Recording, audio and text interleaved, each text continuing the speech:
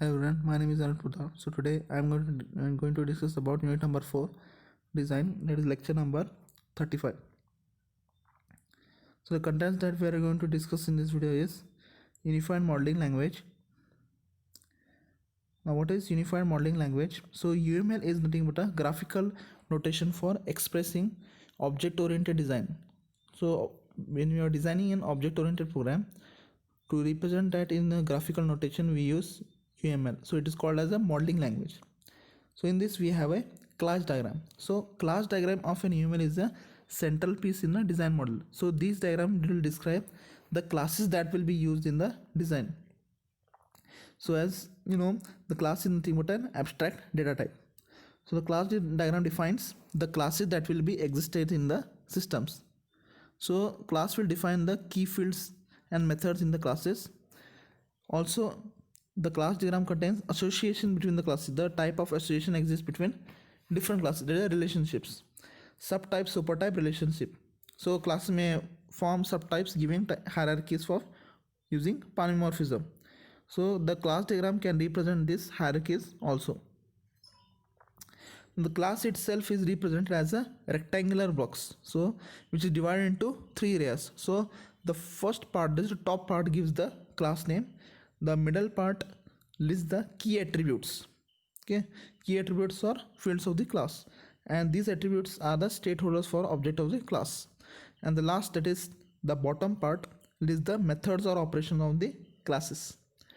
Now for the name of the function or methods end with, as shown in the figure, that is round brackets, opening and closing round brackets. If class is an interface, suppose this the class we are using, it is an interface, so it can be specified by marking with the stereotype as shown, that is less than sign, and interface name, which is generally written with above with the class name. Now if class method has some properties to specify it, so it can be done by tagging the entity by specifying the property next to the entity name with opening braces and closing braces, or by using some special symbol. So as you can see here, there is an example of class stereotypes and tagged values. So divided box notation is to describe the key feature of the class as a standalone entity.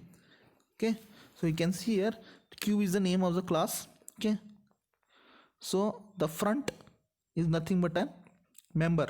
Okay, so it is an attribute of type int, rear is an attribute of type int, max is an attribute of type int, and the flower bracket you can see is a specialized symbol, that means it is an private variable. Rear is an private, and max is a read only variable. Below that you can see there is an add. Add is a function with parameters element. Remove is an parameter, remove is an method, and isEmpty is also is an method which returns a boolean value. So the next box you can see there is, it is an interface. So figure is an interface.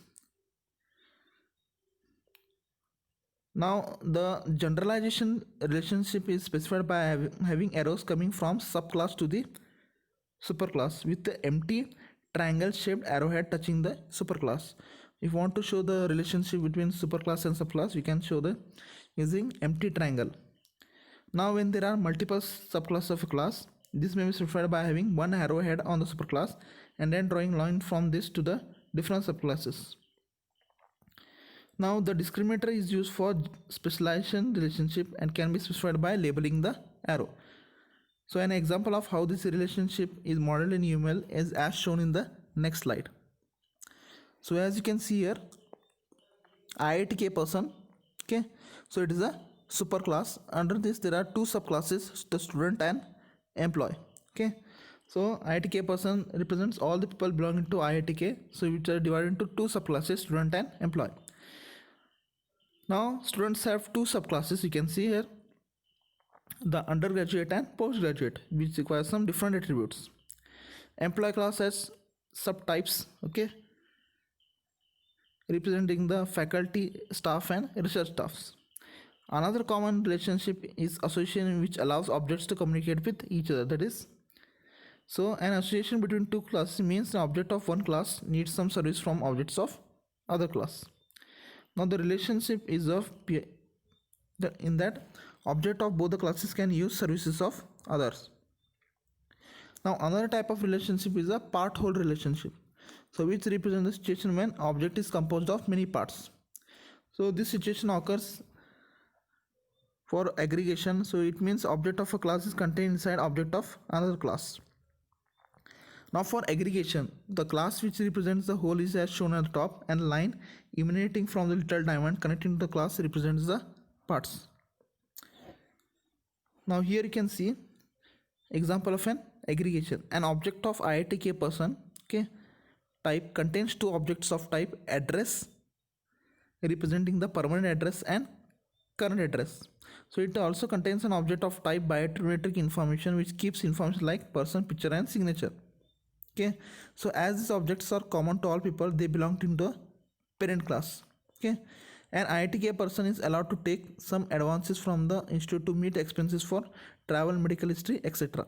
So advances is a different class to which IITK person has a 1:m ratio. Now we see what are sequences and collaboration diagrams in UML. Now sequence diagram, it shows a series of messages exchanged between some objects and their temporal ordering when objects collaborate.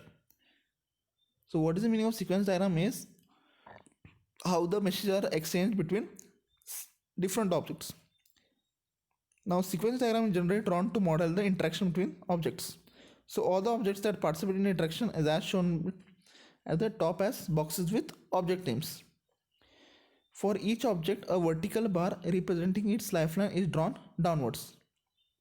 Okay, and a message from one object to another is represented by an arrow from the lifeline of one to the other. Okay, an object can also make a self flow which is as shown as a message starting and ending in the same object. Time is always represented by the y-axis increasing downwards. Now frequently a message is sent from one object to another only under some condition. So this condition can be represented in the sequencing diagram by specifying it within the brackets before the message name. So if a message is sent to multiple receiver objects, then its multiplicity is shown as a star. So here you can see there is a sequence diagram for printing a graduation report. So the object of graduation report sends a message to the student object for relevant information which requests the course taken for the. So these objects get the information about the course from the course objects. So the graduate report will get the student details, okay, you will get the grade and will also get the course details. So after getting the course details, you will return the details to the whatever course he has taken, and you also return the print report at the last. Next we'll go for the collaboration diagram for printing a graduation report. So this is nothing but a collaboration diagram. So here each object is represented in the diagram and the messages sent are shown as numbered arrows, okay, from one object to another object. So the number means what are the sequence of steps that takes place. That is, the first step is get student details will be called. Second step, there is a 2 number, you will get the grades based on the course taken, and third step is get the course details. After getting the course details, the fourth step will be return the details. Fifth step will be return the course details, and the last step will be the student details. So based on the student details, graduation report will be generated. Now in addition that there are other diagrams and capabilities. Now UML is an extensible and quite elaborate model notation. So UML provides notation for many different types of models. Now components encapsulate a subsystem that provide defined interface through which these components can be used. So while designing an architecture, components are very useful. Now in large system, many classes will be combined together to form packages. So package is a collection of many elements. UML also provides a notation to specify packages. So this diagram is as shown here. Subsystem, components and packages. Now the main element is a node representing named as cube, which represent a computing resource like CPU which physically exists. So name of the cube will identify the resource and its type. So within a cube for a node, the deployed software elements, components, packages are shown. So UML provide notation to express different types of behavior. Okay, now here the state is represented as a rectangle, okay, with round edges, or as ellipses or circles are represented by arrows connecting two states. Now UML is an extensible notation allowing modeler to represent newer concepts. So UML specifies a class as a stereotype by giving the name of the new concept within the short notation. Now the tagged values can be used to specify additional properties of the elements to which they can be attached. So they can be attached to any name as specified within the flower brackets. Now in this video we have discussed about the class diagram, sequence diagram, collaboration diagram, subsystems, components and packages. Thank you.